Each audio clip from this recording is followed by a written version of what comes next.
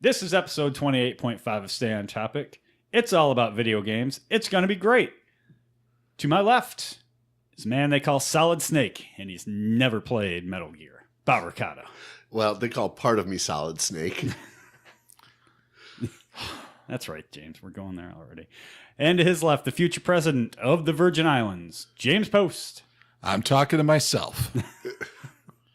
And you know me, I'm Chris Gill. I was that frustratingly mediocre guy in the Guitar Hero World Tour online bands.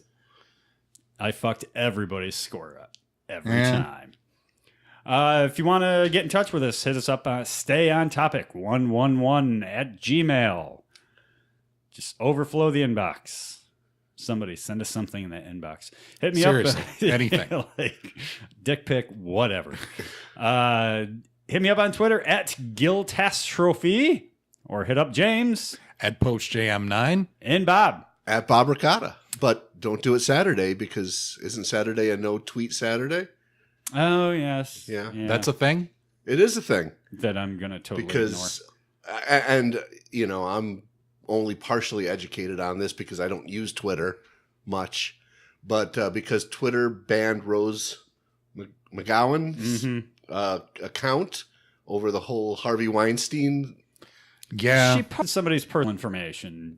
Yeah, that's grounds. All right, for it. well, It's always been Twitter's policy. okay. You can put whatever racist, horrible shit you want on Twitter. Don't put out people's personal info. Rose McGowan's in the wrong. Stop trying to, make her some kind of martyr for social media. She was in the wrong. Okay. So women tweet me on Saturday. Yeah, I just probably lost a lot of potential dates.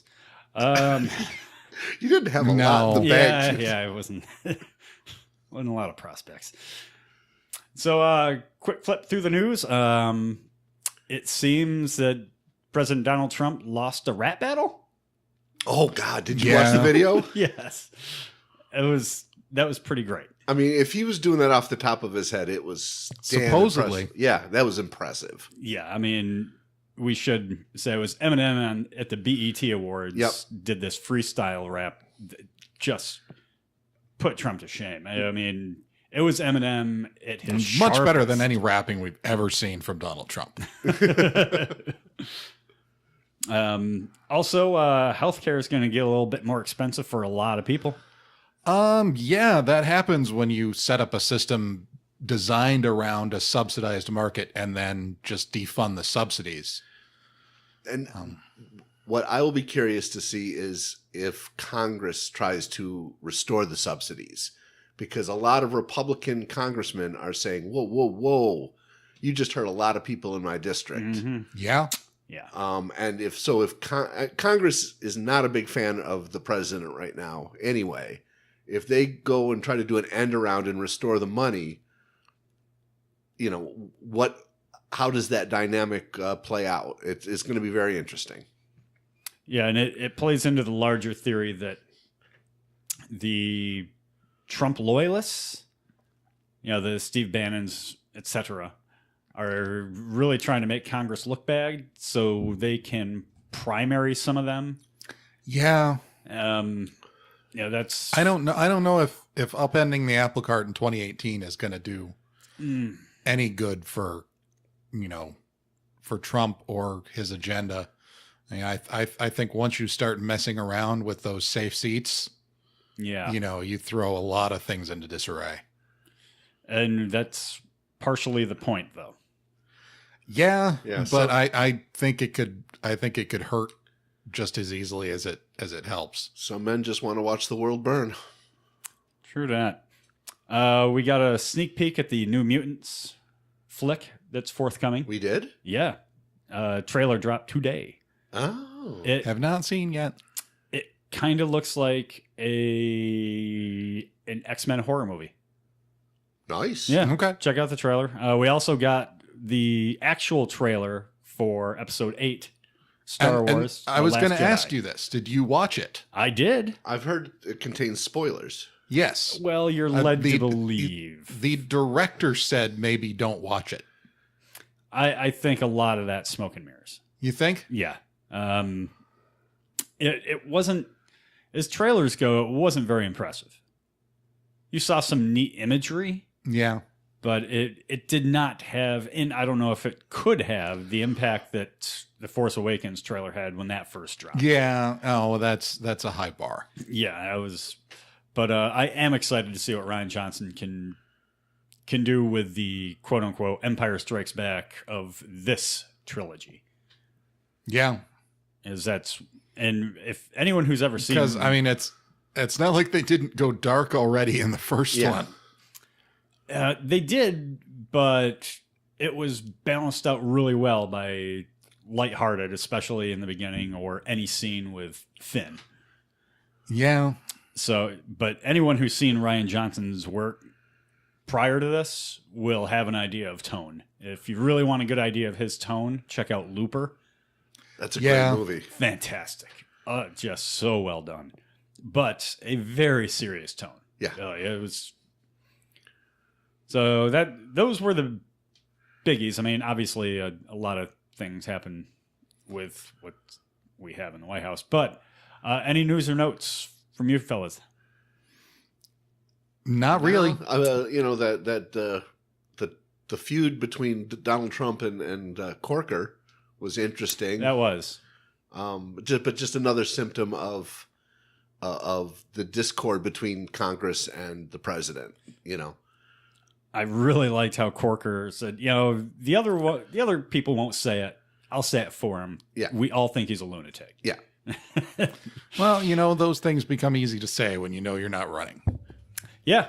And what gets me is how the Trump supporters just completely ignore facts, even when they're laid out in front of them.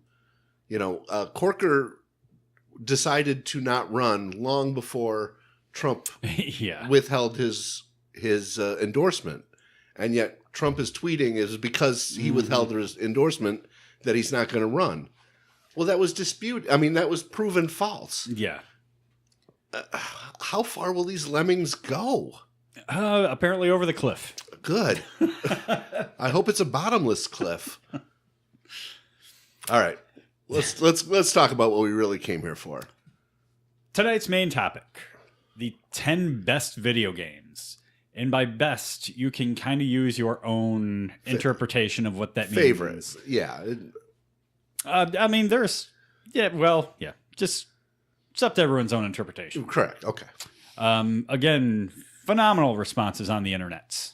We posted this question 5 days ago, and it took literally a half hour to fill up a timeline. Great responses, and pretty well thought out, too. Nate Saniker suggested the original Tomb Raider, F1 2012, which was pretty dope.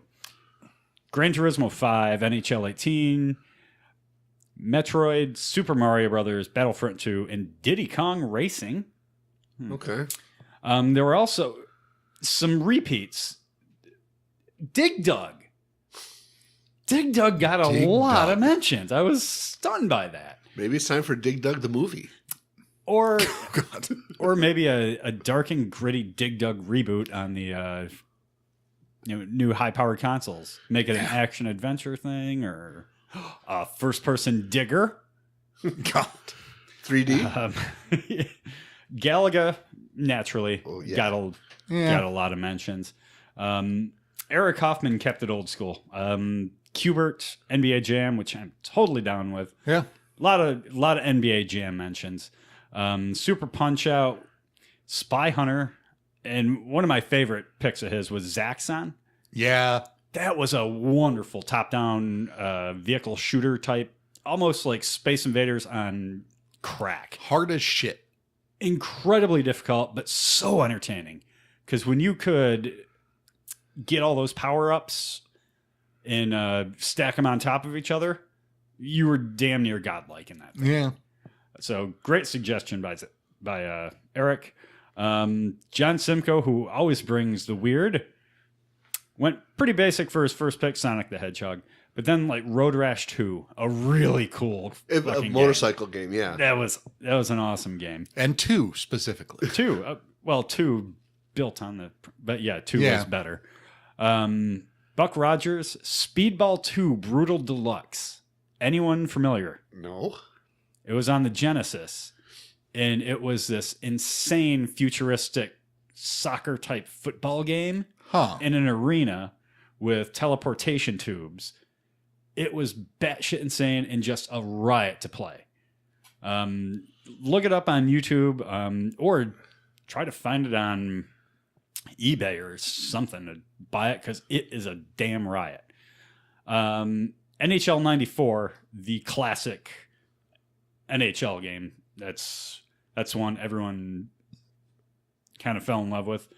Mickey Mouse Castle of Illusion, Rolling Thunder 2, Gunstar Heroes, and Earthworm Jim. Those were from Simcoe. Yeah, Earthworm Jim I thought was weird. But then he went on to name like the NES games, which like Contra, Super Mario Brothers, Duck Hunt. A couple mentions for RC Pro-Am. Okay. That was a really cool game. That was kind of like Mario Kart before Mario Kart. Yeah, I wouldn't put it over the Ivan Iron Man Stewart racing game, but you know, that's a top-down racer. True that. Of course, a lot of mentions for Tecmo Bowl. Oh, and rightfully so. The first great sports game on any system. Yeah, and Tecmo Super Bowl just built on the greatness of the first. Yep. Well, and it's Tecmo Bowl and Tecmo Super Bowl, I think, were among the first games to understand that what players wanted from a sports game was a presentation that felt like what they see on television. Yeah. Rather than trying to recreate the actual game. Right. Yeah. And if you got the right team in that, there was a lot of mentions for Mega Man. I say, not surprising. Fuck Mega Man. I hate those games. They are just overly hard. Paul Peters suggested Night Quest. I'm going to say Get Good on that one. No, Chris? no, fuck Mega Man. Night Quest Rampage, which was a really cool game. Yeah. I found it kind of pointless. Pointless and so repetitive. Yeah. But it was cool. I mean, you were a giant monster taking down buildings. Sure. That's a lot of fun. Defender, which was a really super cool spaceship shooter game. Yes. Side-scrolling, really cool. Spy Hunter, kind of. I loved Spy Hunter. Okay. Super cool game. It was by Paulie Peters. Ryan Lake also was an NHL 94 guy. Command and Conquer, Red Alert 2. Command and Conquer Generals, 0 Hour. GoldenEye, the only person that suggested GoldenEye. We're getting deep into the Command and Conquer oeuvre there. Yeah. But yeah, I was surprised more people didn't take GoldenEye. GoldenEye did that only come up the once? Yeah, Lake was the only one that suggested that. Yeah. He also suggested Assassin's Creed Black Flag, which a lot of people think that's the high point of the series. Yeah. And this is, a couple weeks before the release of the newest one, so we'll see. And Halo 3, which if you're into Halo, I guess that's the best one. I've really never played Halo. If you're into Halo, then, I'm assuming you're drunk at a frat party right now, so you're not even listening to us. Arthur Gill suggested World of Warcraft, the only person on the internet to mention World of Warcraft. The first Legend of Zelda. Yeah, there were a lot of Mortal Kombats floating around out there. Come on, Art. You can't pick all the Gran Turismos. You got to pick one, god damn it. Yes. And Thief. And there is a right answer on the Gran Turismos, but we'll get there. There is, James. We probably should have synced that one out. Damn it. And you just wait till I list it, and then you jump on. Oh. Our buddy, Lord Buffington. Da, da, da, da. In order, Secret of Monkey Island, Red Dead Redemption, Half-Life 2, Diablo 2, NASCAR Racing 2003, Good call. The Blue Marlin, Last good NASCAR game. Legend of Zelda Link's Awakening. That was Link's Sexual Awakening. That was the Game Boy one. Yep. The Oregon Trail. There we go. Yeah. My man Buffington. No horns? Okay. Nope. Only gets it once. Grand Theft Auto 5 and Portal 2. Fuck Portal. Ooh. Oh. I hate those games. They're oh god. Why do you hate Portal? I don't like puzzlers. I'm not a puzzle guy. Yeah. I don't care for it. So you don't like games that are hard. You don't like games that require thinking. No. Okay. I'm a simple man. And then Lord Buffington Da, da, da, da. had like 15 honorable mentions. Yeah. That's if you ever saw his game collection. I've seen like pictures on Twitter of it. Yeah, and it's I fucking need- ridiculous. I need to go visit him at his home to see this in person. You'd have to, yeah. You can't really grasp it from a picture. Right. So, without hitting all 15, what were some of the highlights? Oh, I wasn't going to hit any. Okay. I was going to teach Lord Buffington a lesson. Da, da, da, da. It's like you can't just put goddamn 25 picks. Nairi Andrews chose She's Old School, Frogger, Pac-Man, and Mrs. Pac-Man. Gallagher and Dig Dug again. Everyone loves goddamn Dig Dug. On the Twitter, we had Connor suggest 1, Crimson Skies, High Road to Vengeance. Okay. Yeah, that was it. Colin Wright chose Majora's Mask, Tecmo Super Bowl, Assassin's Creed, Gears of War, which I could never get into. No. Super Mario 3, fantastic pick. Another, Well, no, that was just a shitty game. You're right about that one. yeah, Battletoads sucked. So now we're gonna get. Kinski from Buffalo has Resident Evil 2, original Star Wars arcade game, Doom, and Final Fantasy 7. So thank you, Jason, for submitting those. Yeah, that was the first Final Fantasy mention, wasn't it? I don't remember any on the Facebooks or the. No. And you notice, very Madden free.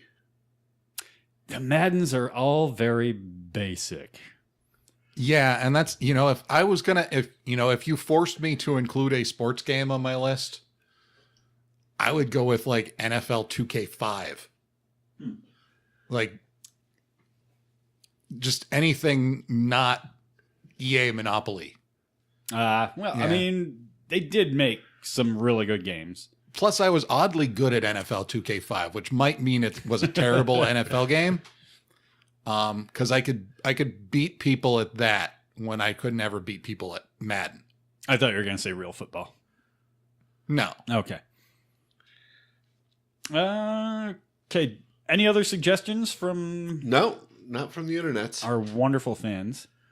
Start us off, Bob. Give us your number 10. All right, and the first 7 are in no particular order. When I get to my top 3, they are in an order. But okay, so number 10 is the X-Men 1992 arcade video game. It is a side scroller. I guess it's a dungeon crawl. Not really. No, more I of mean, just like a straight up beat 'em up. Beat 'em up. But it was the first time that you could actually play and I would love the X-Men. So this was a revelation to me. And it included my favorite X-Men. Not Wolverine, Nightcrawler. I love me some Nightcrawler. And it was co-op, so you could have up to 6 people play. So that was a lot of fun, and you could continue by pumping in quarters, which was great because you were never out until you were out of money. Yeah, X-Men, a lot of fun. I remember the first time I saw that thing in an arcade, I about lost my shit. Yeah. I was probably 16 or 17 when that hit. And I was like, oh my God, they've done it. And that was it. That's where we spent all our damn money. Yeah. For the next several hours. Who played Dazzler? Did anyone pick Dazzler as a character? James, what do you got? So my list is really not in much of an order at all. It's pretty ill organized. But first on my list is far from old school, Just Cause 2. This is a game from Avalanche Studios. Yes. A sequel to the original Just Cause, which I never really played, but was sort of the same premise, but with worse technology. Basically, the whole point is just you're sent into a country to overthrow its leadership by causing as much chaos as possible. Chaos meaning blowing things up. And it's just one of those games where blowing things up is entirely reward unto itself. Because you don't even have to ever go anywhere near the actual storyline if you don't want to. Just blow shit up. You can spend, 10, 12 hours just blowing shit up and just not care about any kind of progression. I've probably got 250 hours in that game. The brilliance of those games is they don't tell you how to. No. There's you have to go destroy that, go figure it out. Yep. And you have a multitude of things. Lots of tools at your disposal.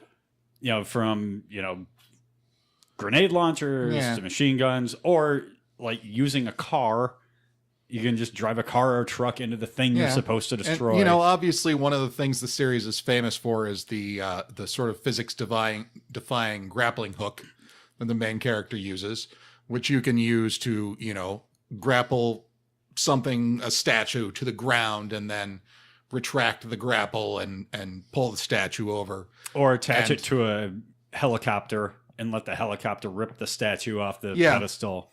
Or, of course, the sort of iconic element of that game and the whole series is the using a parachute and grapple hooking along the ground to travel. Yeah.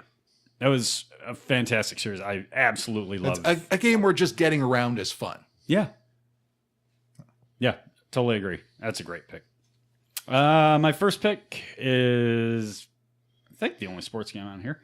Tiger Woods PGA Tour 2005 for the PS3 and 360. Good pick. Most fun I've ever had with a sports game. And we still will play it when we go to our buddy's house. Go to Eric's and it's like, hey, you guys want to play Tiger Woods? Shit, yeah. The customization was unlike anything else in games for its time. Obviously, customization has gone awesomely crazy in the last dozen years since this game's release. But you also had all the real-world courses except for the Masters. And you could play as legends like Palmer and Nicklaus, which was cool. The great thing about this game was it was ridiculously easy. That's what kind of control system for the swing did it use? Just a back, forward, and then you could put front or back spin on the ball. Okay. It was so easy, and people started scoring in the 40s. It got so easy. So the very next year, 06, they completely overhauled the controls and the mechanics. Yeah. And made it difficult and took all the fun away. It was more of a golf simulator after that. And, for us, we were like, no, we want to see those ridiculous, stupid low scores. If you don't ace a par 3, you're fucking terrible and you should never play this game again. So yeah, that's why it was so much fun, and we still have fun with that game. What you got, Bob? I got Gauntlet. Nice. 1985, multiplayer dungeon crawl. It's a top-down. I think I liked it because it was the first cooperative 4-player game that I can remember, and it was customizable. You could play as an elf, a warrior, a Valkyrie, or a wizard, and each one had their own strengths and weaknesses. It wasn't just you pick the blue player or the red player, and they're both the same, except that they're outfits. And, it's another one of those games like the X-Men where if you want to keep going, just feed it more money and you can start from where you died. So you could get to the harder levels without being really good at it, basically. Yeah. You just had to spend a little bit of money. But, me and my buddy spent hours playing Gauntlet, pushing little kids out of the way and monopolizing the game for hours. Just a fun, dungeon crawl. And wasn't it supposed to be like the game developers and designers designed it to be a Dungeons and Dragons license game, but there was some licensing issue? I don't know that. I didn't. So know they that. went forward and they're like, "Fine, fuck you. We'll name it something else." Yeah, I didn't know that, but it really was the first D&D type game that I remember. Yeah, that was really interactive and not turn-based. And because each player had their own strengths and weaknesses, you picked like the elf was really fast, right? So he would go in and spring this trap, and then the warrior would kill. There was strategy involved. It wasn't just figuring out a pattern. Yeah, the co-op was ahead of its time for sure. Yeah. James, what do you got? Well, I'm glad you brought up the D&D license, because next on my list is Dungeons & Dragons Shadow over Mystara. Yeah, when you told me this, I had no idea this was an actual thing. So this is a arcade side-scrolling beat-em-up in the Dungeons & Dragons universe. Honestly, I'm guessing it was early 90s, so I'm guessing it was probably Forgotten Realms, because that was... Or Greyhawk? I don't know. Yeah. Wow, you've out-nerded me. Congratulations to you both.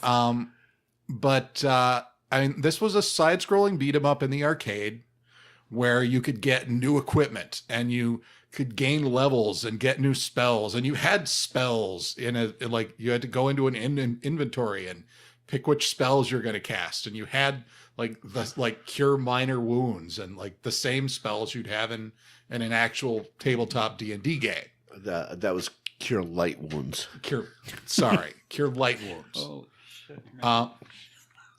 Suddenly, I'm the coolest man in the group. At the same who's time, sleeping alone tonight?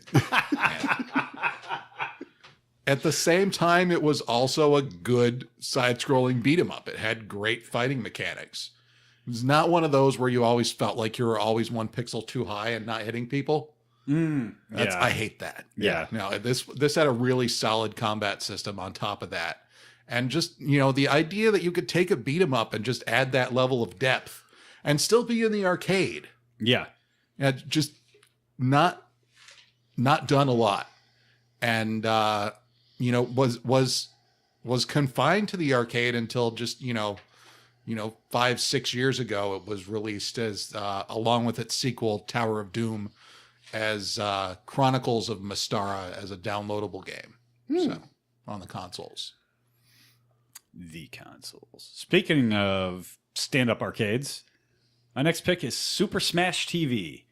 It was released in 1990. Cool. Yeah, it was the first dual stick stand-up game that I remember. Yeah.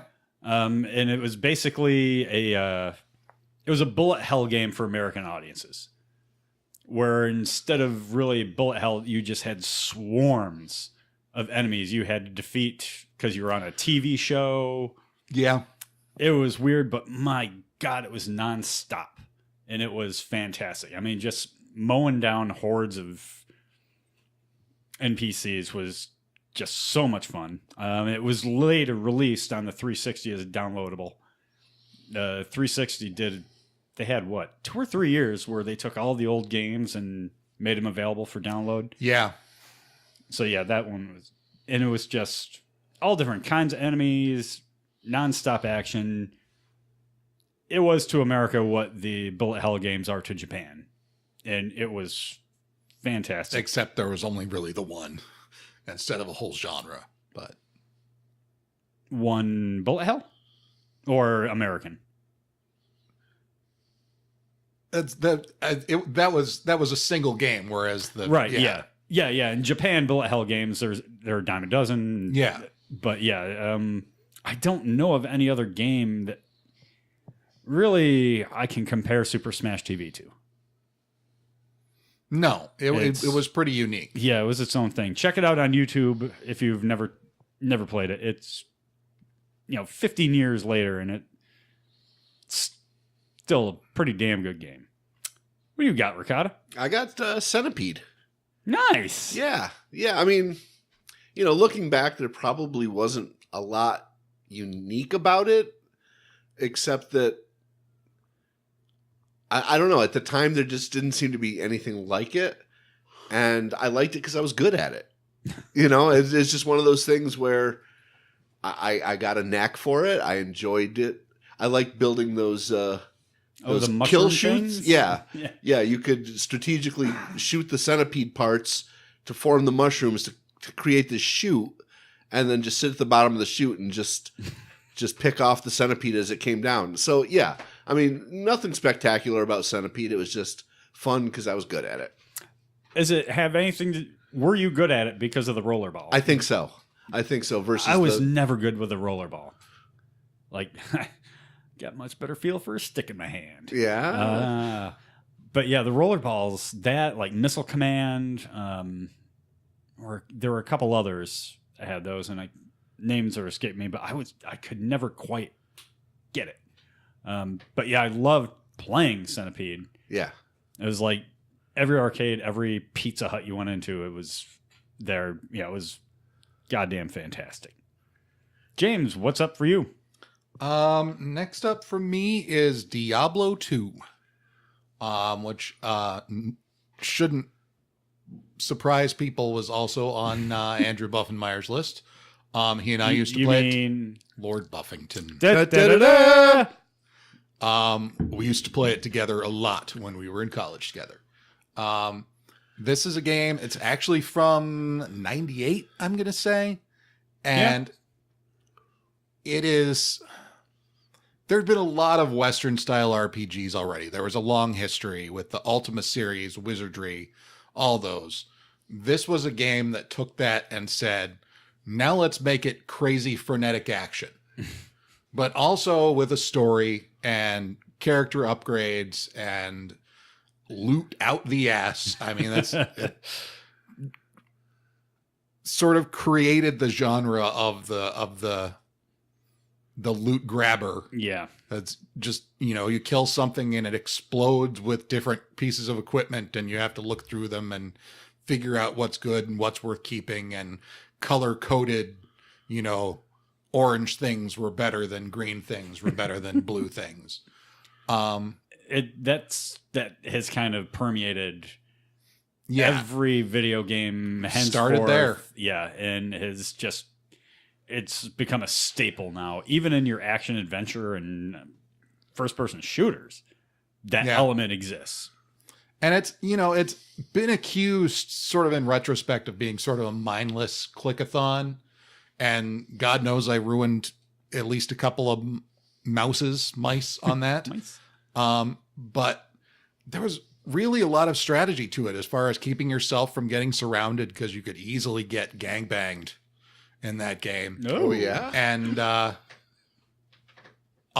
things like there would be enemies with, dildos? There was a skill that could be applied to enemies called Iron Maiden. That, yes, that would make your own damage reflect on yourself. And in the higher levels of the game, you could easily kill yourself in one hit. And so you actually had to watch. There's like little tiny symbols over the heads that would show what kind of buffs or whatever they had on them. You had to watch out for that one, because you could easily wipe yourself out in one hit on the wrong guy. So there really was a lot of strategy to it. Another one that I probably have 400 hours in that one. Oh, it's nuts. Yeah, when 3 came out, how many, almost, well, not quite, probably 15, 12 years later, Diablo 3, like, it was supposed to be this earth-shaking event. Yeah, and they just couldn't recapture it. Nope, it was impossible. So I've got to go off on, I know we're trying to keep this tight, but I have to go off on one rant. I think the biggest mistake they made with Diablo 3, for anyone who's played it, is a user interface mistake, which is to make things easier for people. They made the biggest thing in the window that pops up when you look at a piece of equipment. The biggest element is either the armor amount or the damage per second, or whatever the most important stat for that kind of equipment is. And what happens is you no longer pay any attention to anything else about a piece of equipment. Gotcha. Yeah. Other than what that main stat is. Like, I have Diablo 3. I played it quite a bit, but I don't know the names of any of my equipment. I didn't never get attached to it. All it is a number, and you're looking for something with a you're bigger just number. processing the So number. that kind of ruins that loot grind when you don't have the attachment to the items. Whereas I still remember that the shield on my paladin in Diablo 2 was a Herald of Zakarum. Well, how do you forget that? Yeah. That'd be a great pet name. My next pick is probably the most contemporary one on anybody's list. It's Horizon Zero Dawn. This came out in March of 2017 for the PS4 exclusively. Huge gamble by Sony and Guerrilla Games to basically spend AAA money on an unproven franchise. Yeah, that doesn't happen much anymore. No. It's an original IP. Yeah, they went for broke, and it paid some really big dividends. You know, it was released in March, which is kind of a month in gaming. Yeah. But because it was an month. It's becoming a bigger month, though. It slowly. But anyway, back to this game. It's a fantasy action adventure game with some RPG elements. What game doesn't have those anymore? And it's absolutely delightful. Super fun to play. Terrific story. One of my favorite stories in video games ever. Recently just ran back through the main story because it was so much fun. Basically, you're in a post-apocalyptic future. Big shock for video games. But unlike most of those, the Earth has almost completely wiped out what they're doing, who are you, and why. It's one of the most gorgeous games I've ever seen. They to its limits in terms of what it can render. That was one of the other unheralded things about this game. There were like no frame rate issues whatsoever, as much content as they packed into this thing, and as quick and as fast as the action was. I really can't wait to see where this franchise goes, and hopefully you guys check it out. I intend to. The commercials pulled me in, and I definitely want to give it a try. Someday if, I ever know somebody who'd let me borrow it, or, Yeah, right. if I have access to it in some other way, it drops from the ceiling unexpectedly, I might give it a try. This from the man who owns my copy of Deadpool Remastered and Under the Rainbow. Have you seen it yet? I have not. Jesus. It's not. All right. Anyway, Okay. Moving on. Moving on. What do you got? I've got Tetris. It's the perfect standby. I'm sorry. Oh, I thought you were saying a disease. Oh, not called Tetris. No. Yeah, it's easy. You don't need a player guide to play Tetris. No. You stick block, and whether it's on in our arcade game, whether it's on some kind of console, or it's on my phone, it's a great time killer. That is a good point. That's one of the really rare games that has crossed over every platform. Yeah. Yeah. And the controls are simple. You don't need any instructions. No. You hit a button and your cube flips. And that poor There's designer. not much point in flipping your cube. All right. Well, you're fuck you. I flipped my cube before I came over here. Yeah, the poor designer of that. Yeah. Never saw a fucking dime. Yeah. Just brutal. Brutal. At one time, it was the biggest game in the world. Yes. Everybody was playing that goddamn game. It sold the Game Boy Yeah. and made the Game Boy into one of the best-selling game consoles ever. Yeah, that's what do you think? Pantheon of video games? Oh, probably. Yeah, it's It's right up there with That's already in the Video Game Hall of Fame. Mario Brothers and Donkey Kong. yeah, but the Video Game Hall of Fame and all their politics. Yeah. What do you got, James? Let's see. I'll keep this one short because it's a JRPG and nobody cares. I'm gonna get another beer.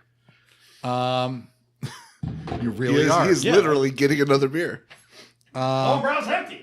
But I'll listen. My next one is Legend of Heroes: Trails of Cold Steel. This is a game. It's actually a series where you play a character, and the Legend of Heroes series goes back to I think the first ones were like on the MSX computer in Japan in the MSX. late 80s or early 90s. There's 13 of them, and only a few have ever been brought over to the US. But this particular sub-series is about a group of students who are at a military academy in this fantasy world, and fantasy sci-fi. And it's one of those games that kind of like Persona, which I've talked about in previous shows, sort of combines the social elements with a standard RPG experience. So you have to have bonding time with the other members of your class, and that improves your ability to work together in combat. And just a great story, great soundtrack, and really sort of picked it because it's representative of it's by Falcom. The German guy who did Der Kommissar? No. Come on, rock me on my dick. That would be Falco. I picked this. I could just as easily have picked something like Tales of Berseria or any. There's a lot of these sort of very old school Japanese RPGs that are still being released, and they're being released on PC and on the Vita, and in places where you can get sort of your mid-grade, not huge budget games out there in front of an audience. Overlooked. I don't want to demean them by saying. Well, I'm saying it's the top tier consoles, your PS4, your Xbox One. There's not really a lot of room on there for a game imported from Japan on a minimal budget with No, but four they people doing the localization. And, Sony or Microsoft could do it through one of their stores, like the PSN or they could throw a brother a bone. Well, and it's Legends of Heroes: Trails of Cold Steel 3 just came out in Japan. Final game in this sub-series, and it came out in Japan on the PS4 because they've been making good money with the PS3 and Vita releases in just the last couple of years. They're still releasing these on the PS3. So now the question becomes, does that one get brought over here, or do I not get the end of the series because they're only doing it on PS4? And if they decide there's not the market on PS4 in the US, it may not come here. So why wouldn't you just release it anyway? I'll never understand that. But yeah, to pick up on the theme of social type gaming, Rock Band 3. 2010 came out for the PS3 360 console generation. It was the last great game of the rhythm game boom. yeah. And it outdid itself, its previous iterations by leaps and bounds with those. They added the individual in-game challenges. Yeah. In addition to all the other stuff that were so much fun to try to match, beat, or whatever. The customization was so much better than the first two games. And you could take almost all the content from the first two games, throw them on Rock Band 3, plus your downloadable content. And I mean, people were ending up with massive music libraries for these games. Yeah. That are now obsolete. And I mean, $1,000 worth of DLC that hasn't been touched in years. But Kind of like Gil's dick. oh god, damn, this is not going away tonight.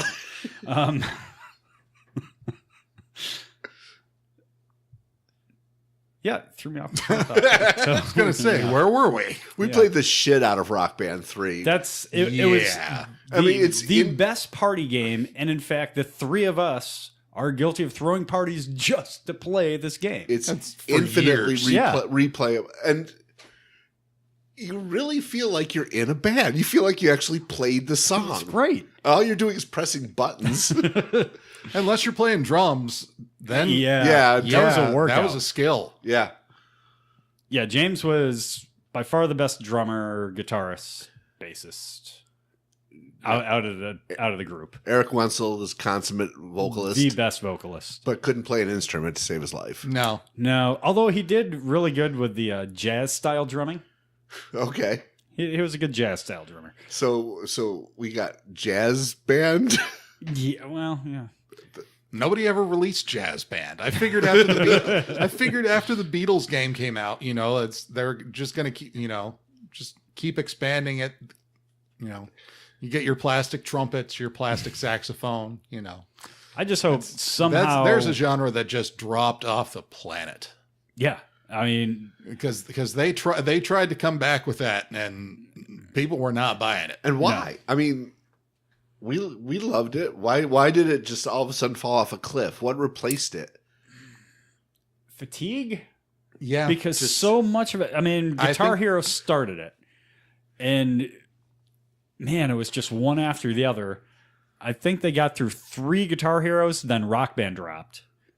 And then you had the arms race. Well, and that was the whole split with Harmonix. Right. Because while they were developing GH3, the Harmonix guys went and did their own thing. Yeah, Harmonix wasn't on board on 3. Right. But yeah, they went to work on Rock Band. It was too much, too fast. If they would just people got sick of buying plastic shit. Yeah, that broke a lot. Yeah. Like how many really bad solder jobs and duct tape jobs did you have to do to kick pedals? Yeah. To the pickups and the guitars. Well, if you replace the pedal on your kick pedal with an actual solid metal pedal from a real kick bass, then you don't have that problem. I still have one that works just fine. Yeah. It weighs about 8 pounds. In fact, didn't we repair that at the apartment that one night? There was one night we had to make extensive repairs to the kick pedal. Yeah. And like it became that was before the bionic one though. Yeah, it was like an engineering feat. My dad did that because it was his bass. That was his kick bass pedal that we bastardized. So of all those games, Rock Band 3 was the absolute pinnacle. And man, the genre just died right after it. But that game was... We still play it. Yeah. Just immense Not with fun. me. It's... I can't even remember the last time. I can't either. We played it once for my birthday. In March? Not this last March. All right. Remember how we talked about keeping this tight? Yeah. Yeah. So what's your next pick, Bob? My next pick is Tempest. Do you remember Tempest? Oh, yeah. 1981 arcade game from Atari. I think what I liked about this was it was very unique. You were a spaceship on the outside of this geometric Not pattern. a stripper. No. It just sounds like a stripper name. You were on the outside of this geometric pattern, and you had to shoot things that were coming at you along the... It was 3D, so they were coming at you through this geometric pattern. And I liked it because instead of a joystick, you had a knob. And, me and knobs. Right. Can't keep my hands off them. That and rollerballs. Rollerballs, You're really balls and good at knobs. man.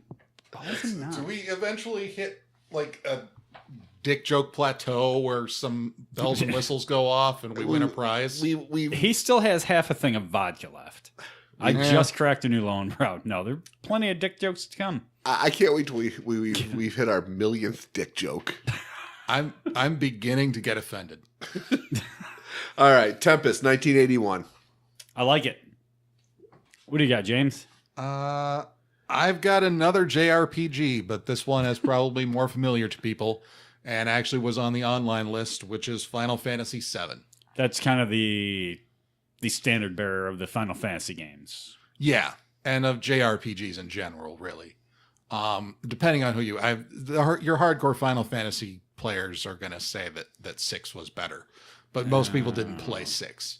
It got sold as 3 in the U.S. and it was all confusing. And They're just being contrarian. but no, 7 was one of the first games that I could not stop playing.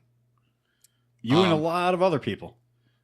And it looks so quaint now with your boxy little barely 3D characters and them being overlaid on FMV in order to make it look like a 3D world. Yeah.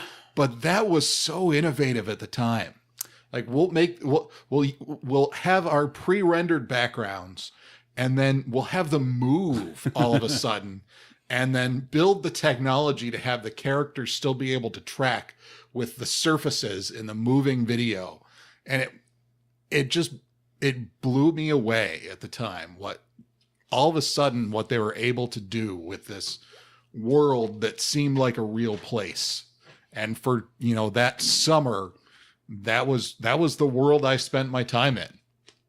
Yeah, you and a lot of other people. I mean, people swear by that game. I just could not get into it. Like not my thing, but Jesus, it was for everybody else.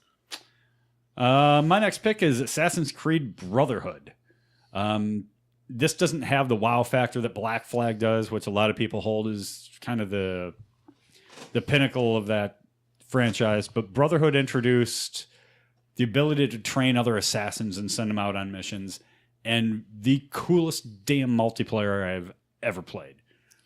And I hate multiplayer. You're the guy who played Assassin's Creed multiplayer.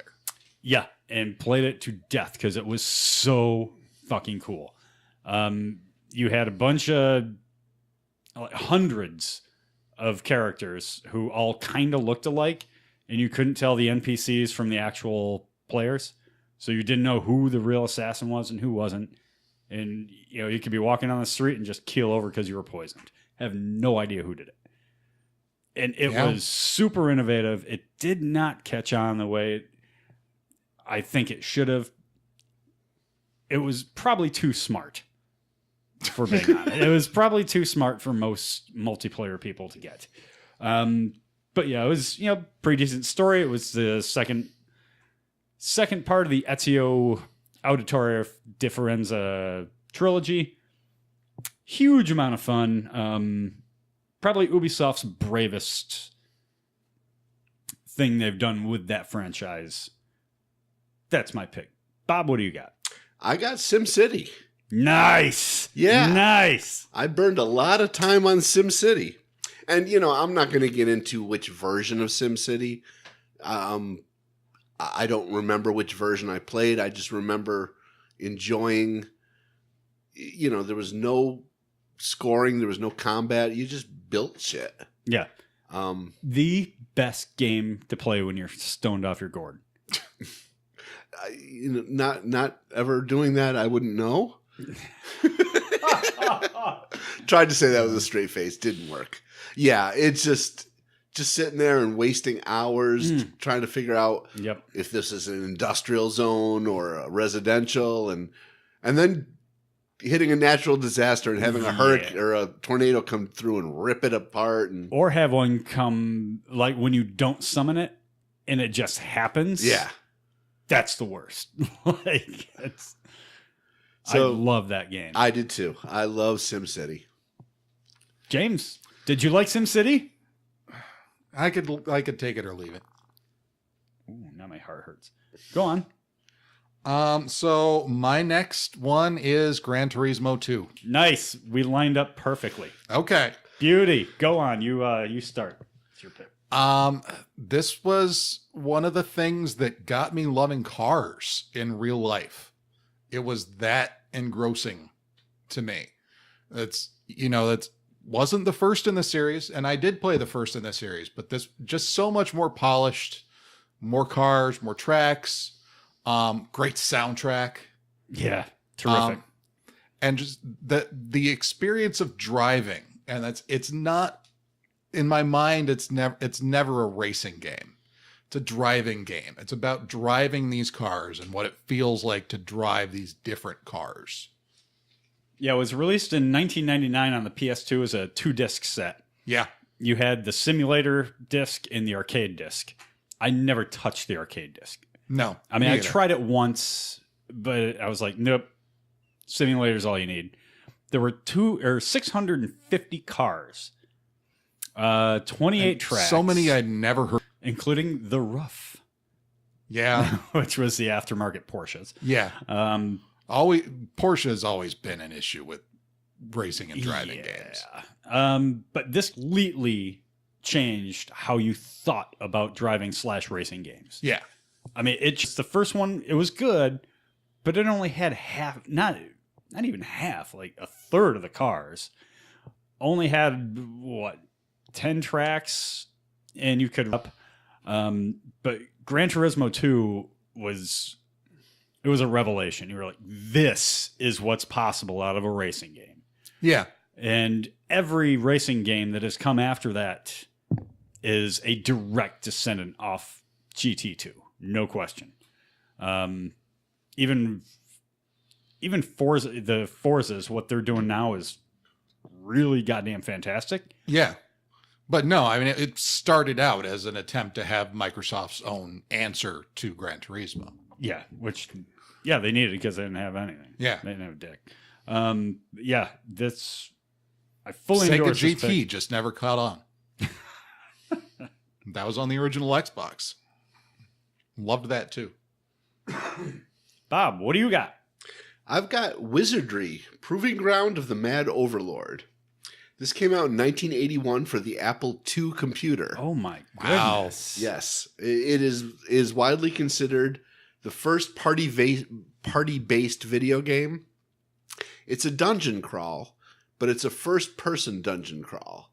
So you're walking. I mean, and it is very, very. It's wireframes, right? I don't know what that means. It's just like lines showing where the corners of the. Yes, Yeah. yeah. You're walking down a corridor, and all you see are you see 10 feet in front of you. But it was the first time. It was the first time I could play Dungeons and Dragons on my computer. You could pick which class you wanted. There was different loot, and you could choose your equipment. It was the first time Dungeons and Dragons leapt from the tabletop to. It's the first time I could play Dungeons and Dragons by myself. So I will always have a place in my heart for this game. I mean, it is hopelessly outdated. 1981. It's 36 years old. Yeah. But at the time, it just scratched an itch. You know, when my friends couldn't come over and play Dungeons and Dragons, I could play it by myself. So, yeah, Wizardry. And you mentioned Wizardry is it a series that kept going after? Oh yeah, that's gone all the way. There's a Wizardry 8 or 10. Wow. In the, I'm going to say late 90s or early 2000s, and then it kind of fell off the planet. Okay. But yeah, it went on for a long time. It kind of went in parallel with the Ultima series, which was very much the same kind of thing. So, next. Next on my list is very much in the same vein as Gran Turismo 2, but much more recent. And that is Dirt Rally from Codemasters. Yeah, I've seen things. This came out, I guess, just about 2 years ago. And they decided to fund it on PC through early access. And on Steam, which is where basically you can pay for a game before it's finished, which a lot of people would say we do anyway with AAA games. But basically, what drew me to this game and why I still enjoy it so much is this was them betting on going back to their roots and just making a serious hardcore rally racing game. Because the Dirt series that started out as the Colin McRae series had turned into this extreme sports, gymkhana, all this stuff. We've got to put 5 different, versions of racing into a game to keep people's interest. And this was them attempting to prove through this early access program by letting the fans vote with their wallets that they could just come out with a game that was just rally and focus on that and make it hard as balls and simulate the gravel movement under the tires and all that stuff that nobody's really done since Richard Burns Rally, which is another really deep cut. But the fact that they were able to find a market for that and it ended up on the major consoles and a success on PC, it was just, to me, a revival of real racing. Well, it was a hardcore simulator. Yes. That's what sold it. Yeah. But, they and, the people who are publishing for them were, operating under the misapprehension that there just wasn't room in the market for hardcore sim and something that's already as niche as rally. And that turned out not to be the case. Yeah, especially in Europe. Huge in Europe. Yeah. Huge.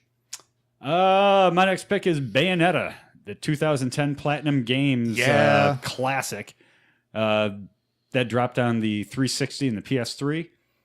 It's the most incredibly weird game I've ever played. Yeah. I enjoyed every damned second of its weirdness.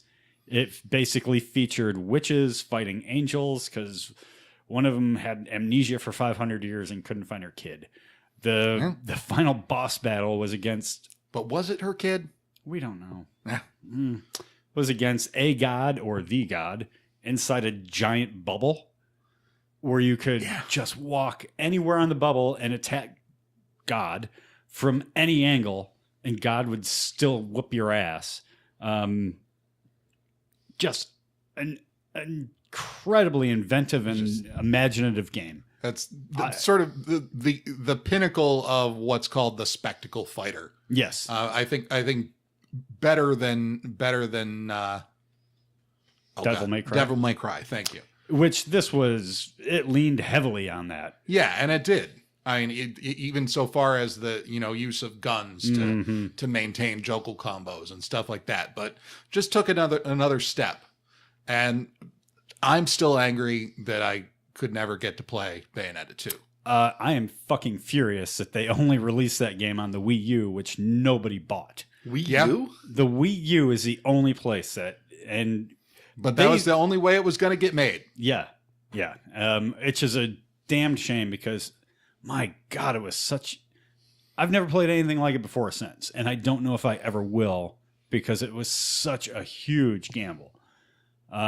Even Nier Automata, which Platinum Games also just published this last year, nowhere close in the level of art design, just bravery of just doing whatever the fuck you want. Terrific game.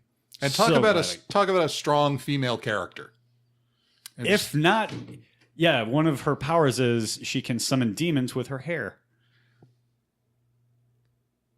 It's a character who's sexualized, but in a way that doesn't ever feel like it's for the male gaze in any way. Like she's entirely in control. Well, she's in control, but it's totally for the male gaze. Let's not fool ourselves. Gaze or gaze? Gaze. With a Z. Okay. Yeah, terrific. Everyone go try to find it. Terrific game. Bob, what do you got? All right, we're in our top 3, and I I've got, and this is going to shock no one. Dungeons and Dragons: The Temple of Elemental Evil. Anybody who's played D&D knows the Temple of Elemental Evil is a classic, ball busting adventure. Yeah. I mean, it is a meat grinder of an adventure. Tomb of Horrors, same kind of thing. Exactly. Yeah. But once again, they took a game I love and brought it to this time a computer, but the level of customization was, you could play the actual character classes.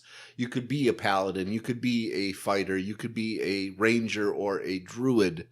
You weren't limited to like fighter, wizard, priest, or rogue. Could they you had be a bard? You could not be a bard, but there were bard NPCs that you could have join your party. Be a bard, damn it. And the thing that I found most appealing about this game, turn-based combat.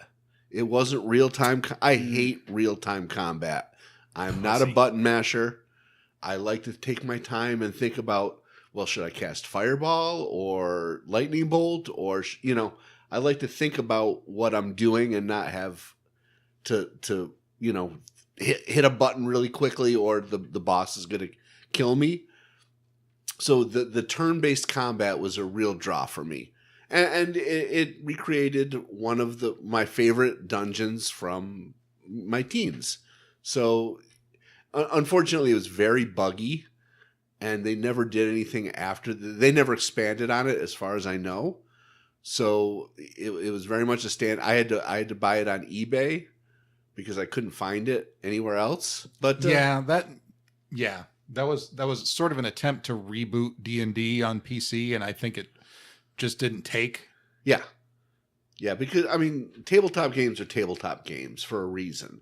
You can't take the creativity and the open worldness of a tabletop game and translate it to a computer perfectly, unless you know code.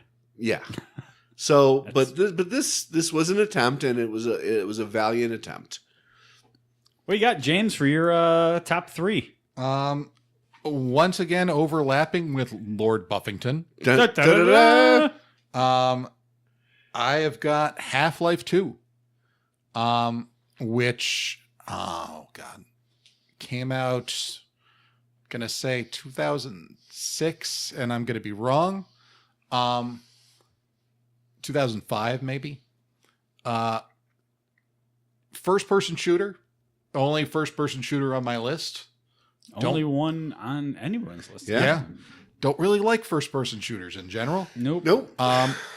Half-Life 2 was, in a lot of ways, if I had to pick like the best game as opposed to my favorite, I might put this at the top. An amazing, interesting world.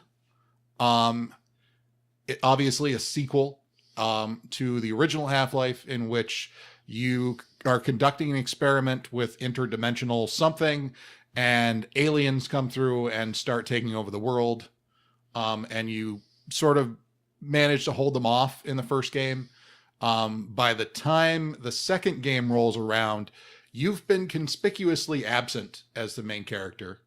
You were sort of pulled out of time by a character called the G-Man, and brought back like 15 years later, something like that, 10 years later.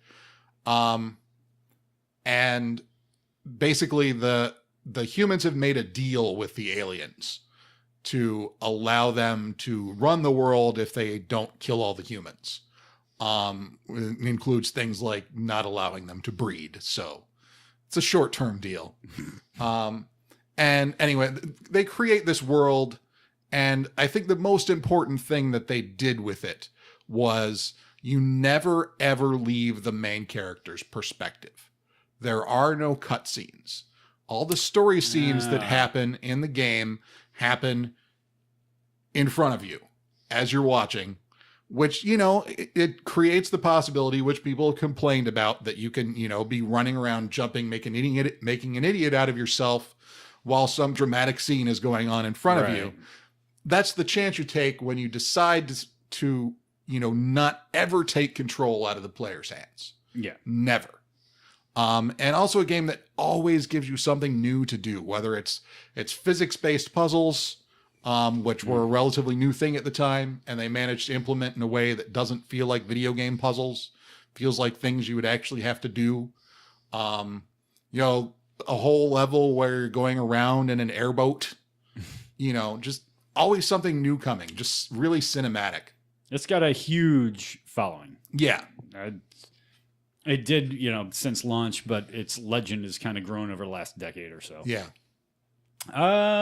Let's see. Breaking into my top 3, Street Fighter II World Warrior. This debuted in 1991 in arcades and bowling alleys across the country. But it took a while. It took like a solid year for it to become a phenomenon. Once people got good at it, it's really the first fighting game of its kind.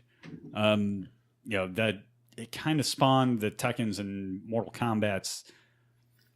Even though Mortal Kombat didn't use combos until the 3rd installment. But anyway, I don't know how many rolls of quarters I spent on this damn game. Well, Mortal Kombat didn't become a really actually good game until like a couple of years ago. It wasn't really a competitor. No. But anyway, that's its own podcast. Yeah. But yeah, Street Fighter II World Warrior, I just blew a shitload of money on. Everybody on changed the world. It really did. And I was almost unbeatable with Guile because of his defensive prowess. Like, he had great defensive moves. Yeah. And if everyone that took Ryu and Ken, I just frustrated the shit out of them. Because I had flash kick.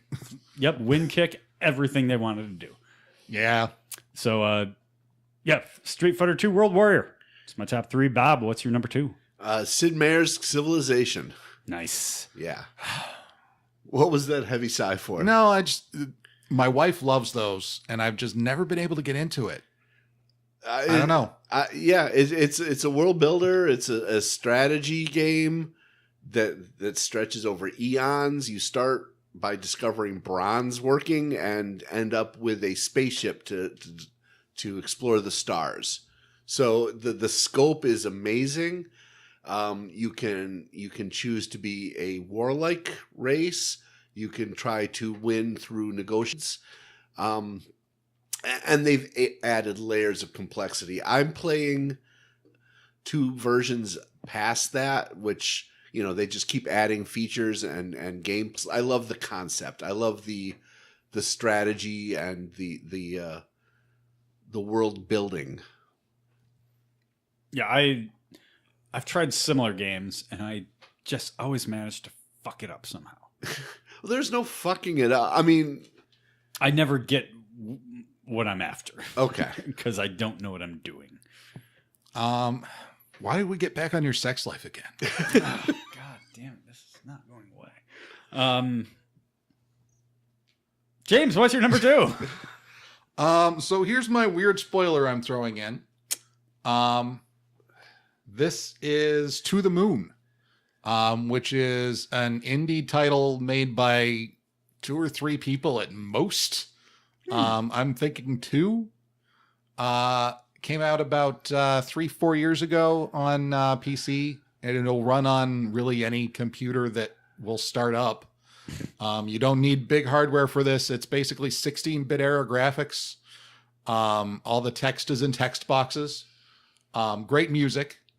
And I don't want to spoil much of it.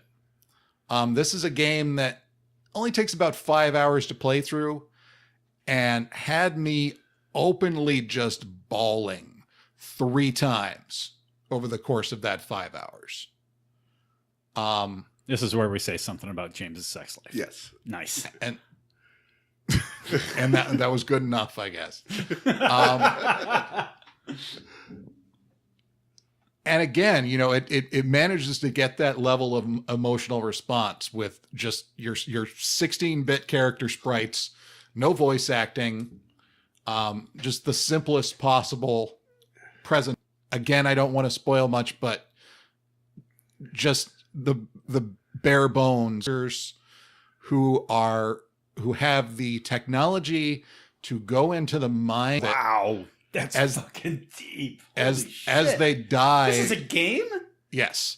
As they die, they remember the life that they wish they had instead of what actually happened. But you're not changing reality. You're just changing their memories. You're changing their memories. Jesus Christ.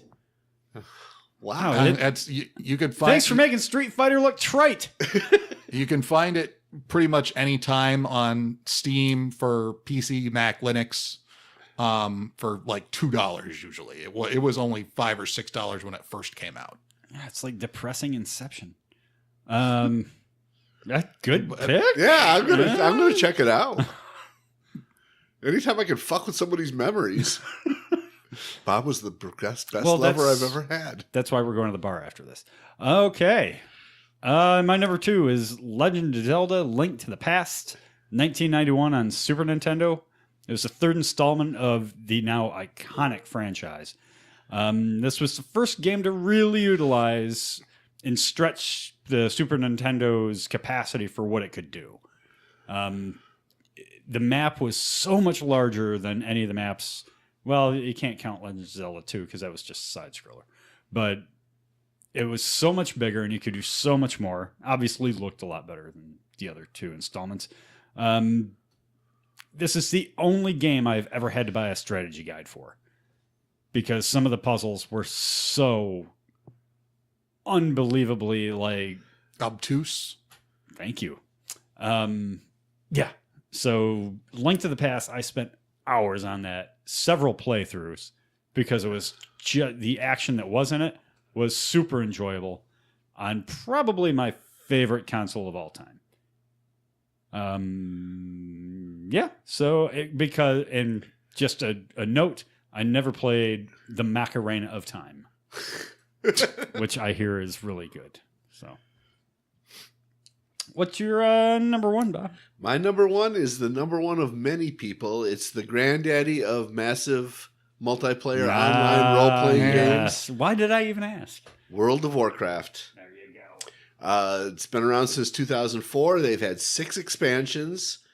They hit their peak in 2010 with 12 million subscribers. Thanks to Leroy Jenkins. Leroy Jenkins. Favorite video of all time. In 2014, they hit 100 million subscribers. Jesus. And you just talk about open world. Yeah. It's massive. And, you can choose player versus player where you snipe people of the opposite faction. You can choose player versus environment where you don't, people can't snipe you. If you don't feel like doing quests, you can do raids. If you don't feel like doing raids, you can do dungeons. You can spend 8 hours leveling up your fishing ability. You can. I know. Why do video games like fishing so much? I don't know. There's a fishing element in like every damn game. Yeah. I read of people who have reached max level by picking flowers, and that's they haven't killed anybody. They haven't done one quest. They just raised their herbalism skill to such a point where they've reached max level by picking flowers. And they pay $7 a month to pick flowers. 15. Wow. But they have these massive 40 people raids where they have these huge dungeons. They have these player versus player arenas. They've created a little mini Pokemon situation where you have pets who fight other pets. And, if you really get bored with everything else, you can just play the stock market. You can play, they have an auction house where you can track what things are going for and buy low and sell high. I mean, anything you want to do. And then once you've done it all, you can do it as an opposite race, like a race from an opposite faction. It is almost limitless. You've played, right, James? Yeah. Am I describing it correctly? For a while. Yeah. I never got into the social aspect, so it was really, I was really just a solo player, so that's why I didn't stick around that long. Okay. I don't like multiplayer games because I don't like the of that kind because I don't like the pressure on me to perform when I'm expected to. Oh man, there's nothing like being a healer in a 40-person Yeah, raid. No. Okay. Just no. Yeah. I don't want to be the guy everybody's yelling at. You feel like shit if you cause a 40-person raid wipe. Yeah. No, I'm the guy who'd be like, going around, and I'd be, in the 80s or whatever, I'd be pretty high level, and somebody would invite me to a party, just, rando, and I would just ignore them. Like I was that guy. Like I've been playing for 100 hours, but I would just ignore party invites. What do you got for number one, James? So I have got, and I'm not sure, again, I'm not sure how much my list is really in order. Last thing on my list is The Witcher 3. And this is the answer to the people who say that games can't be complex in terms of storytelling. This is your, even as someone who's not a Game of Thrones fan, this is your Game of Thrones of video games. And mostly in the sense of an uncaring world. I mean, this is a fantasy RPG, where you play a character who is basically an exterminator. But an exterminator of griffins and drakes and not dragons. Dragons you do not fuck with. You don't go anywhere near. Yeah. Dragons exterminate you. Yes. Which I like that element, that there's still something sort of untakeable because there's so many things that you do, so many giant things that you do fight. But what you don't do is fight shit unless you get paid. You are not a hero. And there's an overarching quest in this game where you're looking for your sort of adopted daughter, and that sort of carries you through the areas that you travel through, which are massive. Any one of the 3 main areas in the game would be as large as any other open world game. But as you're going, the town is being terrorized by a basilisk or whatever. 3 children have been killed, whatever. How much does it pay? Right. That's all you fucking care about. Everybody is an asshole. The whole world is at war at this point in the series history.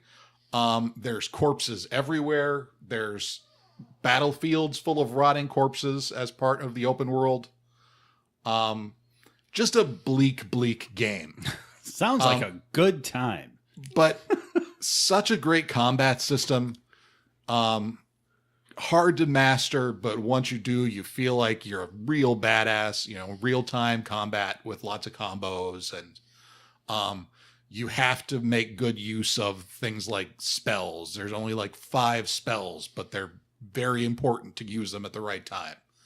So a lot of depth, rather than necessarily breadth when it comes to sort of the combat and the game systems. And then just a massive world with a lot of politics and a lot of characters and a lot of interactions that, make up, based on a Polish series of books. So they've got a lot to go from there. But no, just an amazing game. Obviously, I think sold pretty well. Was one of the bigger games of a couple of years ago. So, yeah. And my number one comes as a surprise to no one, certainly in this room, or anyone that knows me. 2011's Arkham City, the follow-up to Arkham Asylum that was released on the 360 PS3 generation. It took the franchise out of the claustrophobic environment of Arkham Asylum and brought it into a much bigger, open-ish world. Not quite open because you were still contained within walls. But you had, a bunch of buildings. You still got that Arkham Asylum feel, especially down the subway. Super creepy down there. The Predator mode was opened up immensely. And what you could do when you were stalking baddies and henchmen. The combat system, it got smoothed out to where it was perfect. No Arkham game following that has been quite as perfect as it was in City. But the best thing about this, the replayability of this was such because of the story written by Paul Dini, who was basically the showrunner of Batman the Animated Series. And through Paul Dini, they got Kevin Conroy to voice Batman. Yeah. They got Mark Hamill to voice Joker. It felt legit. Well, most of those games, with the exception of Origins, just felt legit. They felt like this is the real Batman. Yes. Yeah, no question. They had the same tone as Batman the Animated Series, but when you put those realistic skins on the characters, or much more real looking than cartoon characters, you felt the real weight of it. And yeah, I can spend hours just in the combat rooms. Yeah, and have. That's why I ranked 50th in the world. Thank you, James. How did you know that? On one of them, at least.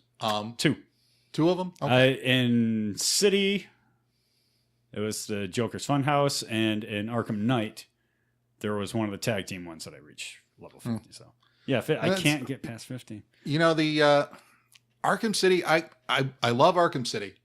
And I agree with you that the gameplay mechanics were perfected there. I still feel like the story and structure were better in Asylum. Well, because it was so much more of a contained experience, they could present the story to you in the way they wanted. And to me, that made the story more effective in that game. They basically, Rocksteady Studios, this tiny little kind of tiny little studio in Britain, basically told Paul Dini, hey, we got to get all these Batman Rogue Gallery into this. How do we do it? And he managed to do it convincingly. Yeah. Put them all in one contained space, and Batman had to encounter each one and had a reason for encountering each one. Terrific. My favorite game of all time, bar none. So that's it. Right. Nice list, boys. Yeah. No, and everyone on the internet. I've got some games I definitely want to check out now. I've got an empty glass. A word. And I have to empty a bladder. Yeah, true that. Any honorable mentions before we go? Yeah. I only have 3. Super Mario 3, the absolute best of the Mario games. Oh, yeah. SimCity on Super Nintendo, aforementioned, great game to get stoned to. And Super Metroid, which was maybe not the best, but my favorite Metroid of all time.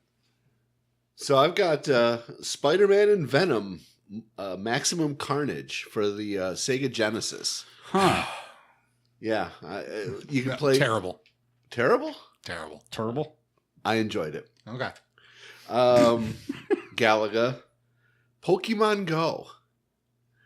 I will forever remember 2016 as the summer of Pokemon Go. It was So there's your mobile game. Yeah. For a moment in time, everyone in America was playing the same. Like, you would go down to Centerway in Corning, and there would be 40 people at 11 o'clock playing Pokemon Go. It was an amazing phenomenon. And I really admired the game. I wouldn't pick it up to save my life, but I admired it for what it did and how it got people together and got people outside and doing stuff. It was a neat concept. And caused a number of deaths. Oh, stop it. Solitaire. I know but James, Minesweeper?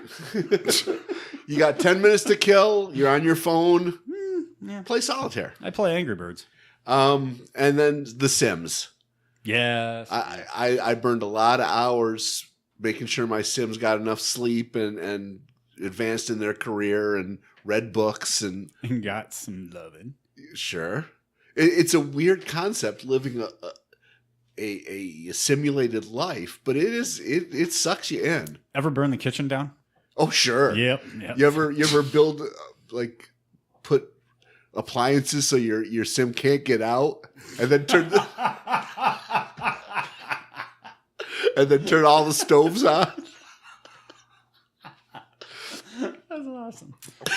I've never played it, but I think it should be mentioned since it's a video game themed podcast. Minecraft. I love what Minecraft has done. I love the concept for a generation of kids. Yeah. I love the idea, and I think our kids are going to be smarter for having played that game. It's like video Lego, isn't it? Yeah. A little, but there's much more problem solving involved. Yeah, because there's much more to it. Yeah. You can build working electronics in that game. But you have to do it in a certain time frame before, you get eaten by zombies. Well, there's also just the creative mode, so. Yeah, okay. So, yeah, I think Minecraft deserves mention, even though I've never played it. I've seen people recreate King's Landing in Minecraft. It's amazing. Anybody, just, one more minute. Anybody play Second Life? No. Okay, me either. Is that even a game? Like,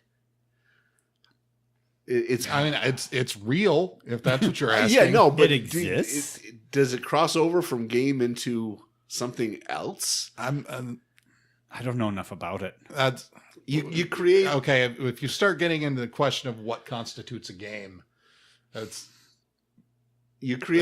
really complicated, and most of the people having that argument on the internet are douchebags. So, all right, dropping the D-bags. Let's get out of here. James, would you be so kind as to play us out?